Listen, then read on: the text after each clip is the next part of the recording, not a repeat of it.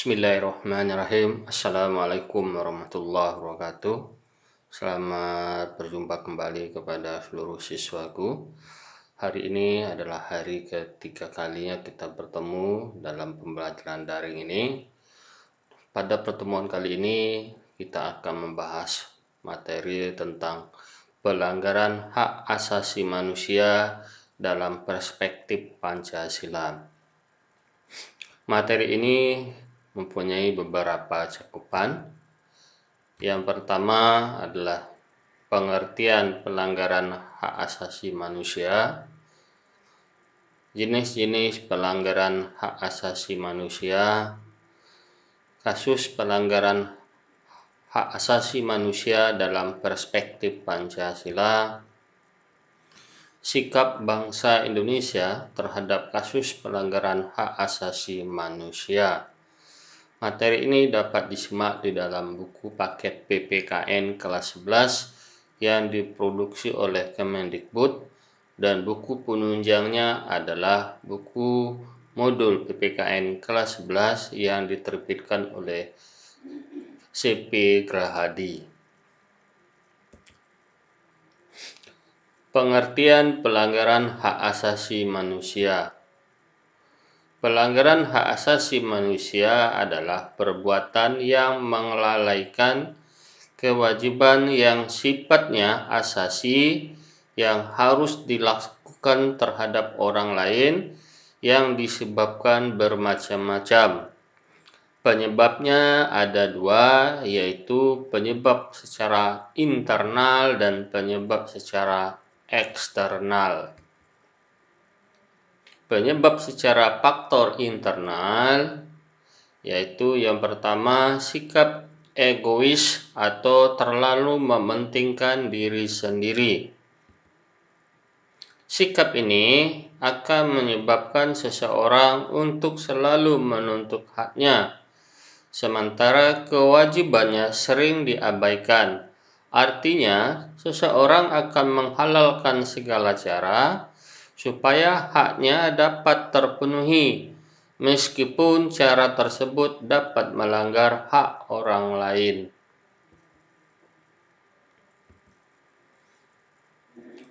Rendahnya kesadaran HAM.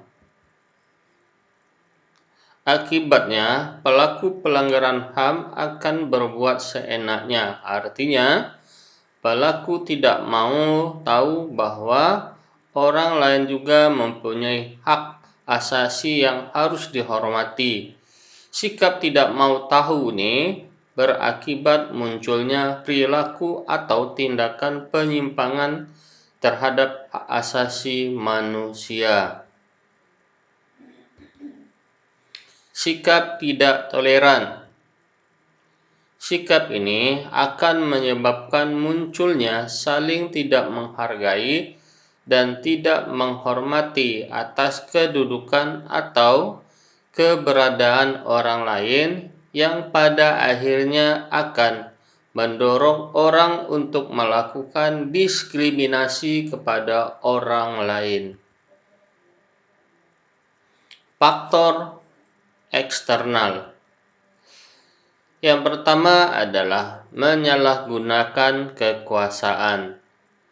Kekuasaan ini tidak hanya menunjukkan pada kekuasaan pemerintah, tetapi juga bentuk-bentuk kekuasaan lain. Biasanya kekuasaan ini disalahgunakan oleh beberapa oknum pejabat.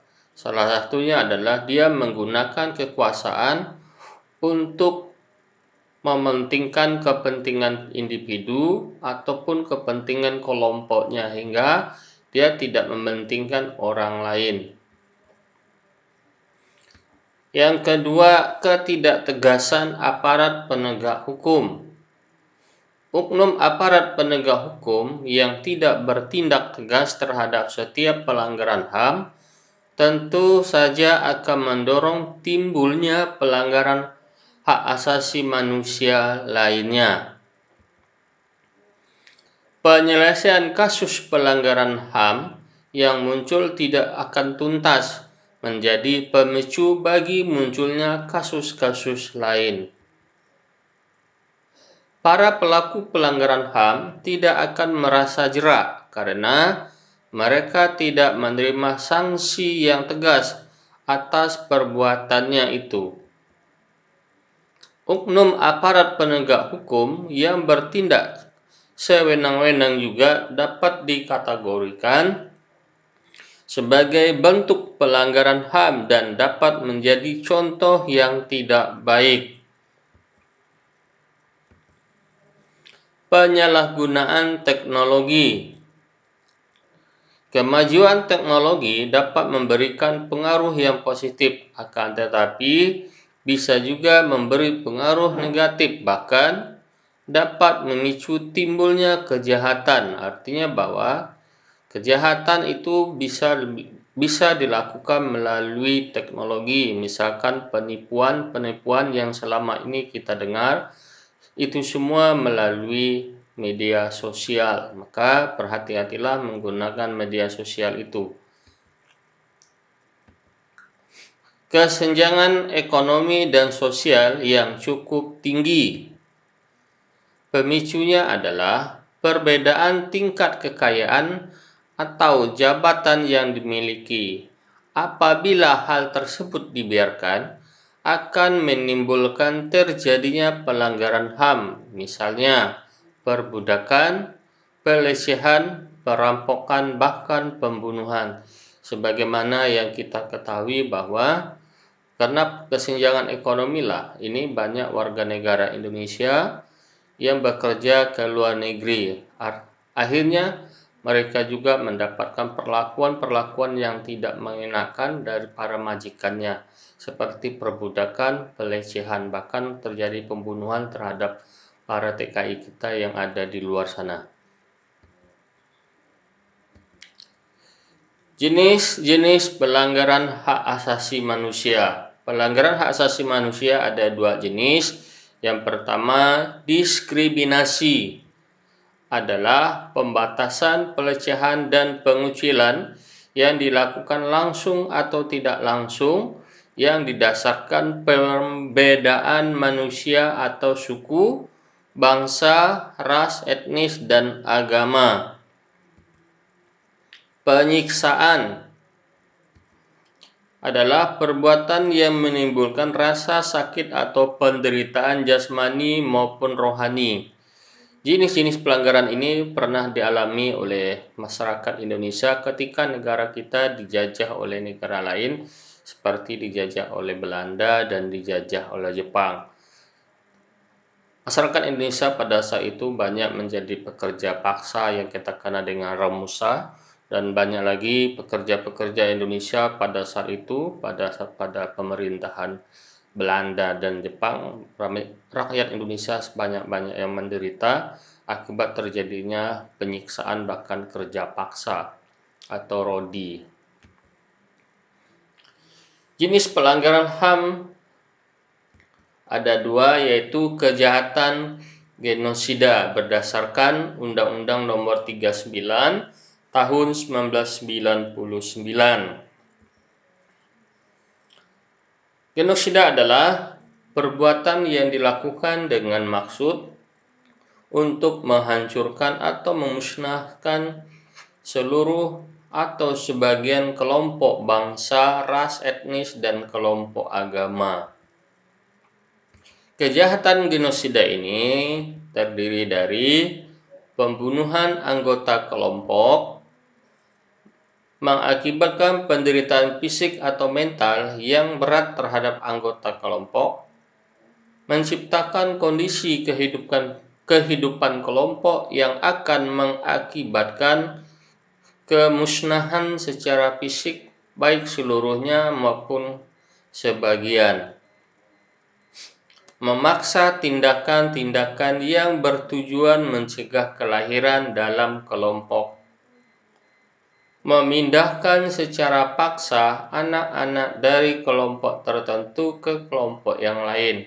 Ya, genosida ini kalau kita merhatikan dari syarat-syarat dan pengertiannya bahwa persis bagaimana yang terjadi di negara Palestina, di mana negara Israel berusaha untuk menghancurkan atau membunuh kelompok-kelompok yang ada di Palestina. Itulah salah satu contoh kejahatan genosida yang dilakukan oleh Israel terhadap Palestina.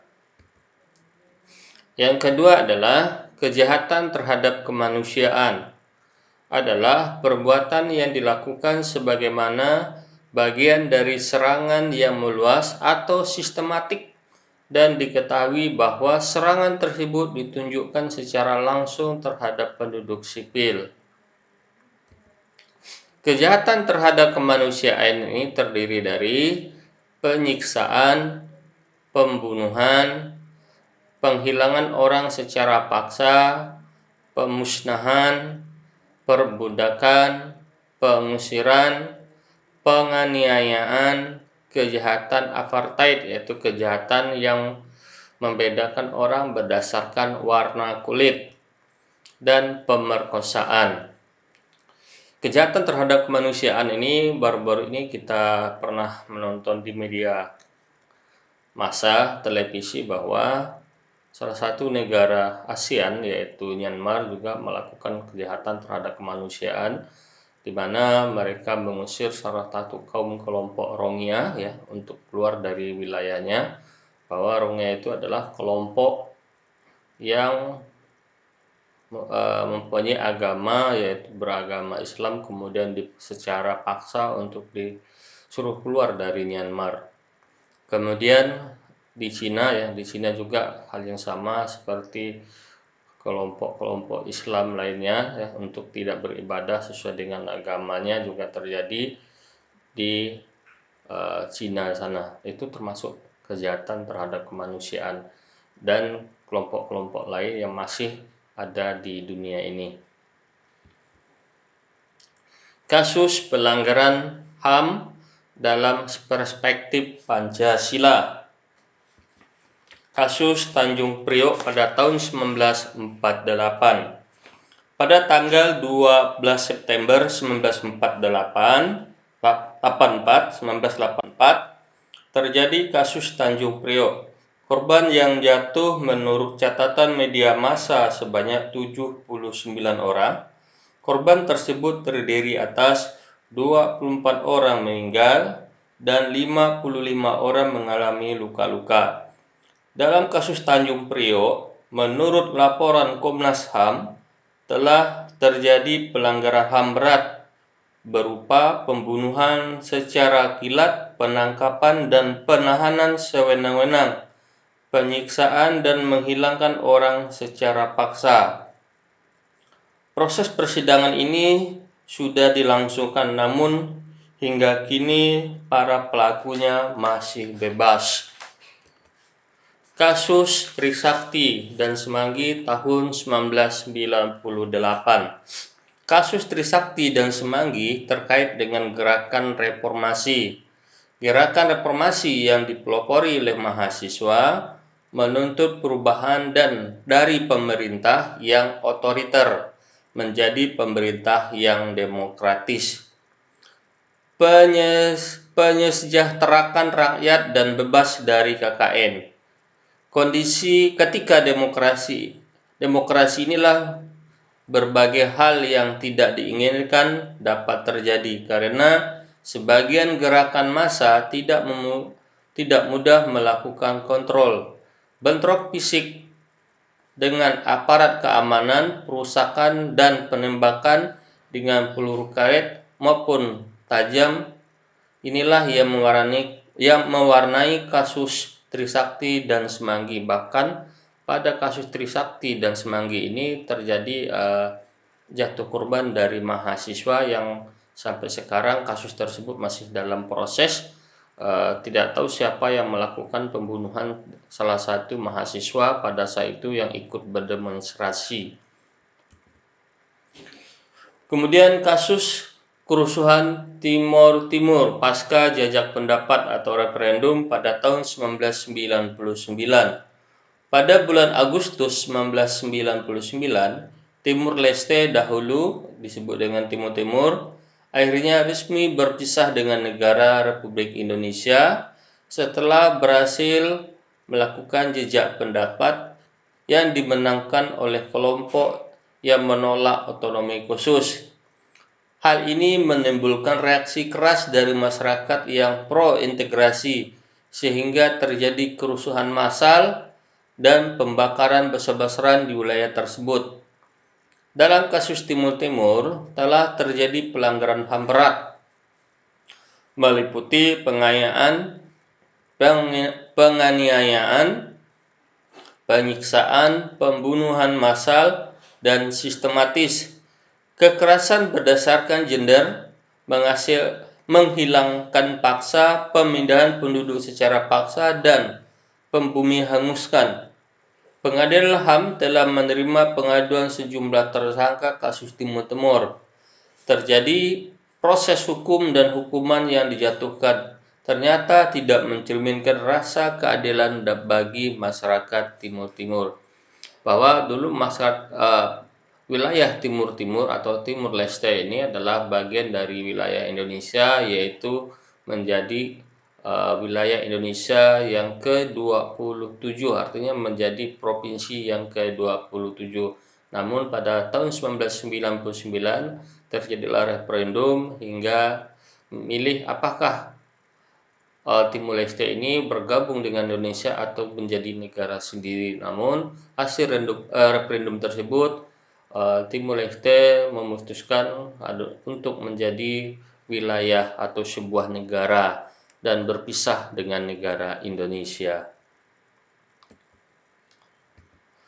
Sikap bangsa Indonesia terhadap kasus pelanggaran HAM. Yang pertama, mengutuk pelanggaran HAM tersebut ya. Yang kedua, mendukung upaya lembaga yang berwenang untuk menindak secara tegas pelaku pelanggaran HAM.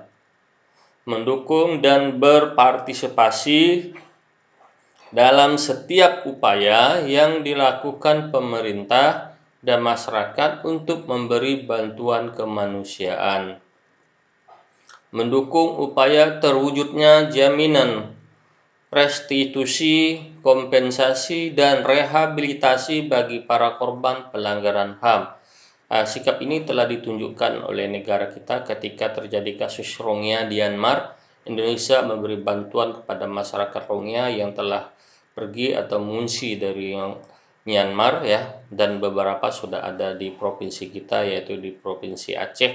Di sana Indonesia berusaha untuk membantu korban-korban kerusuhan, korban kekerasan yang mengatasnamakan agama yang terjadi di Myanmar. Alhamdulillah Indonesia juga berpartisipasi aktif dalam mengatasi berbagai macam pelanggaran HAM, baik itu HAM berat maupun HAM ringan. Oke, demikian di materi hari ini Bapak sampaikan. Mudah-mudahan materi ini bermanfaat bagi Bapak pribadi dan bermanfaat bagi anak-anakku semuanya. Dengan mengucapkan Alhamdulillah, Bapak akhiri materi ini. Assalamualaikum warahmatullahi wabarakatuh. Terima kasih. Sekian dan terima kasih.